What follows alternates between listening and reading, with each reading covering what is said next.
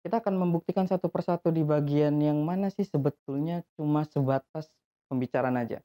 Termasuk omelan-omelannya yang cuma sebatas omelan doang. Kita membahas tentang situasi dan kondisi terkini terkait kenegaraan.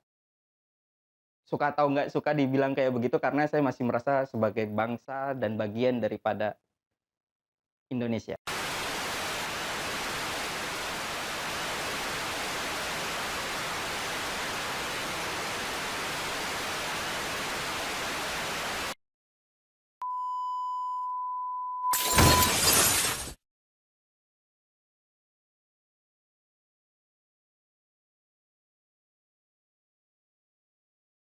Oke, tukang baksonya udah lewat.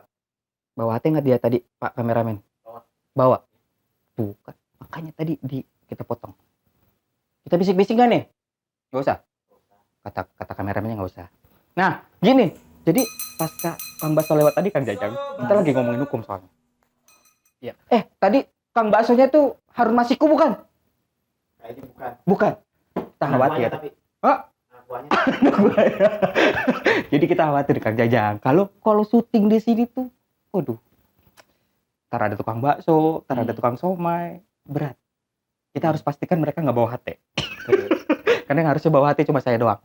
Gitu Kang Jajang. Nah, kita potong tadi di bagian part hukum. Nah, dalam situasi kondisi kayak begini sebetulnya hukum ini menjadi entahlah ya. Betul nggak sih? Ada yang bilang begini, apalagi zaman mural kayak begini ya. Mural ini banyak Kang Jajang. Urus saja moralmu, jangan urus soal moralku, ya kan? Tuh. Nah, kita dipaksa sehat di negara yang sedang sakit, dihapus.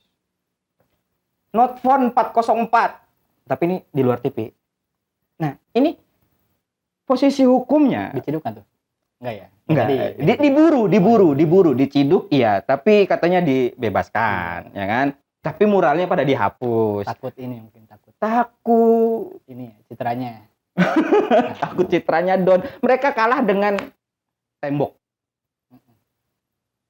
Karena pengkritik dicap radikal. Tuh. Tapi milih-milih juga sih yang dicap radikal. Agak-agak mendingan lah ya. Nggak semua pengkritik dibilang radikal. Paling dibilang kadrun. Aduh, kebangetan. Kadal. Orang kita makan bakso tadi ya. Jadi ini kondisi hukum hari ini kita akan melihat sisi terbalik gitu ya. Kita lihat kenapa kita bilang sisi terbalik dari hukum hari ini. Sekelas korupsi besar, Jaksa Pinangki sebutlah inisialnya, Jaksa Pinangki. Terus Joko Chandra. Kita sebut aja ini inisialnya. Kata kameramen dia agak takut. Kita sebut aja inisialnya Jaksa Pinangki. Inisialnya Joko Chandra. Inisialnya Julian Batubara. Mereka pada meringis. Nggak tahu deh kalau yang Joko Chandra ini nggak paham. Tapi yang dua ini Julian Batubara dengan Jaksa Pinangki. Jaksa Pinangki minta diringankan hukumnya karena kasihan dengan anaknya. Ya kan? Julian Batubara minta diringankan atau minta dimaafkan atau minta dibebaskan atau minta apalah itulah permintaannya banyak banget kalau udah dikurung kayak begitu. Minta dikasihanin karena keluarganya kena dampak. Oke. Pertanyaannya kenapa nggak mikir sebelum korupsi? Justru yang lebih kasihan itu anaknya makan duit korupsi. Dibandingkan dia dihukum. Kalau anaknya udah gede mungkin minta, ya ampun, kasihan dah. Nah, korupsi ini layak nggak sih untuk mendapatkan hukuman yang berat? Sangat layak Bang Andre.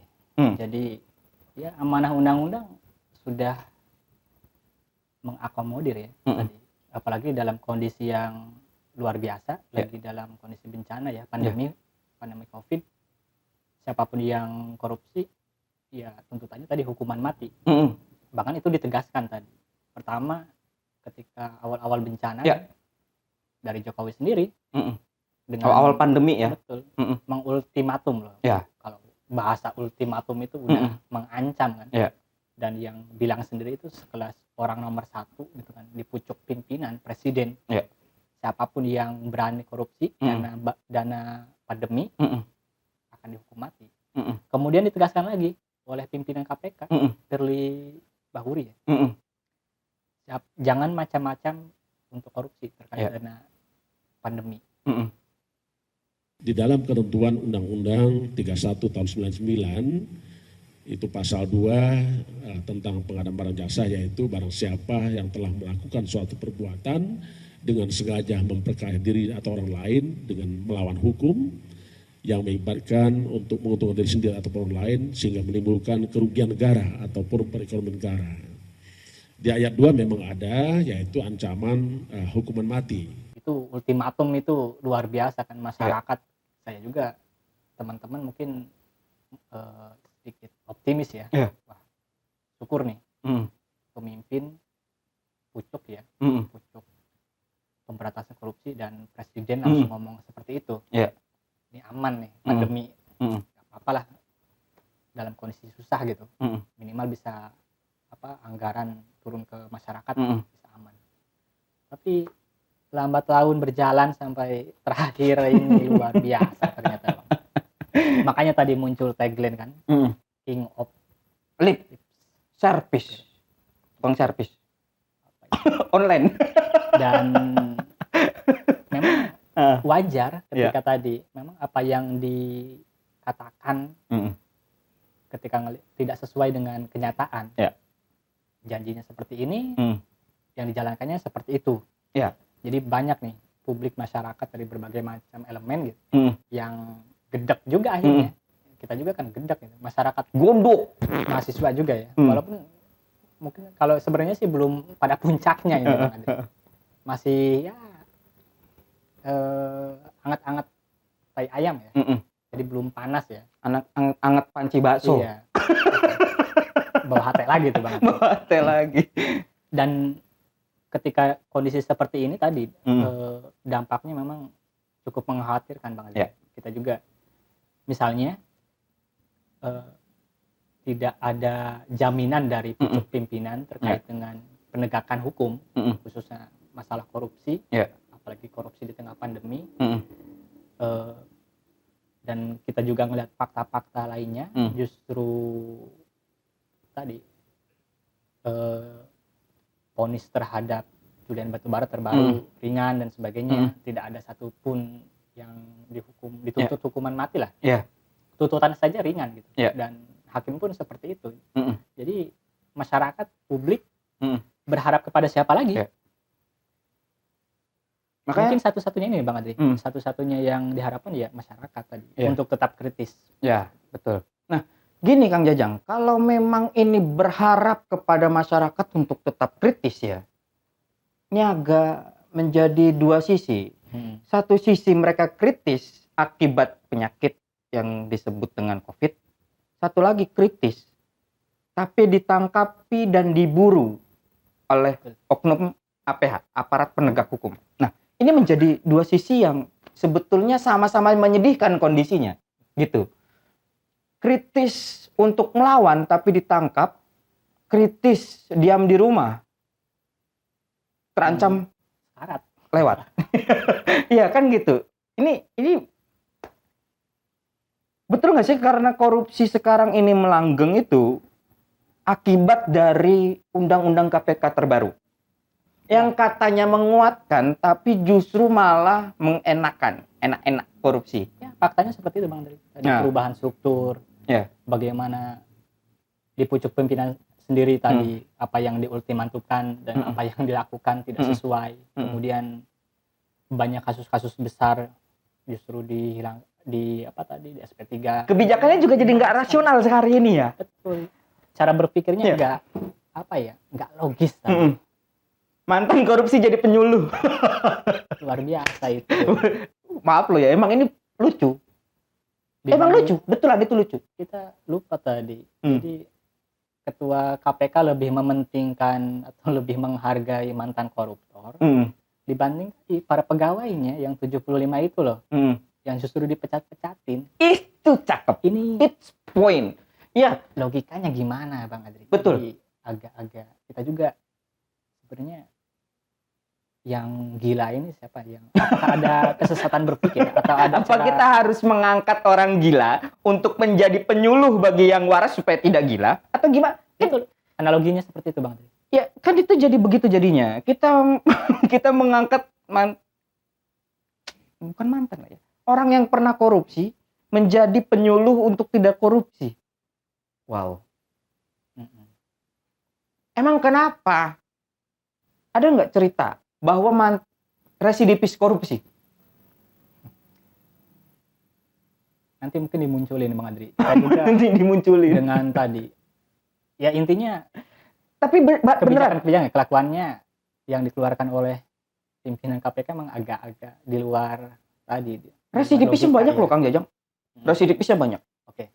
Kita lihat data. Kita by data. Aktornya dari partai yang sama. Ya kan? Kita anggap residivis. Mantan korupsi melakukan korupsi dari partai yang sama. Ya kan? Berulang-ulang. Oke, beda muka, beda orang, tapi partai yang sama. Apakah ini ada kegagalan partai politik di dalamnya untuk melakukan kaderisasi dan regenerasi di partai politiknya? Dan ini kemudian menumbuhkan garis-garis oligarki yang kuat gitu kan. Ya karena korupsi berulang. Dari partai yang sama. Sekarang partai berapa sih? Bisa dihitung jari itu. Bisa dihitung jari. Artinya residivis korupsinya banyak. Cuma memang orangnya yang beda. Kasus korupsi ini dari dulu sampai sekarang banyak. Betul. Nggak pernah berkurang. Iya nggak sih? Berarti ada sesuatu yang janggal, ada sesuatu yang salah tadi dalam entah itu sistemnya dan sebagainya. Karena memang ini intinya kan berulang kan. Ganti orang, tapi tetap kelakuannya sama, moralnya sama seperti itu. Dan ini bisa jadi memang dari segi regulasi, aturan, terus juga banyak celah mungkin yang, terus juga dari segi pengawasan, terus juga dari segi apa tadi? Punishment ya, hukuman tidak sama sekali tidak menimbulkan efek jerah. Iya. Ya jadi nggak aneh tadi misalnya hitung-hitungan nggak ya tadi kita sempat ngobrol. Iya.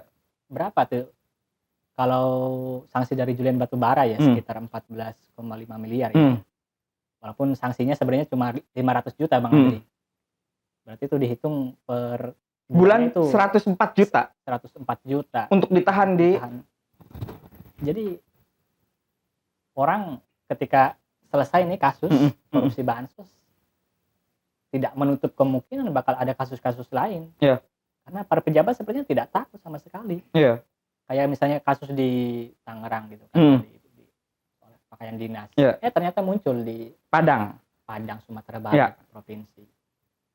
Ntar ketahuan lagi di daerah lain seperti itu. Jadi sepertinya pejabat memang tidak punya sense of crisis, tidak punya rasa empati ya, tidak ada rasa takut lah. Yang roda pemerintahan, terus juga misalnya para pejabat kita supaya benar, kan harusnya ada sesuatu yang mengontrol mereka, bisa mengancam dan sebagainya. Aturan mau gak mau kan. Kalau aturannya lemah, ya mereka bakal seenaknya. Tapi gini Kang Jajang, yang aneh itu kita melihat banyak kasus korupsi tapi bahasa Kang Jajang itu menguap. Kang Jajang ini berapa banyak kasus yang diungkap terkait dengan penyelewengan anggaran. Betul. Dengan indikasi-indikasi kesalahan penggunaan anggaran, ya kan? Betul. Tapi menguap begitu aja. Ya. Bahwa meletup di awal, iya. Betul. Tapi kasusnya menghilang juga, iya. Ini apakah karena memang hukumnya yang tidak menguatkan pemberantasan korupsi, atau memang regenerasi politiknya yang amburadul?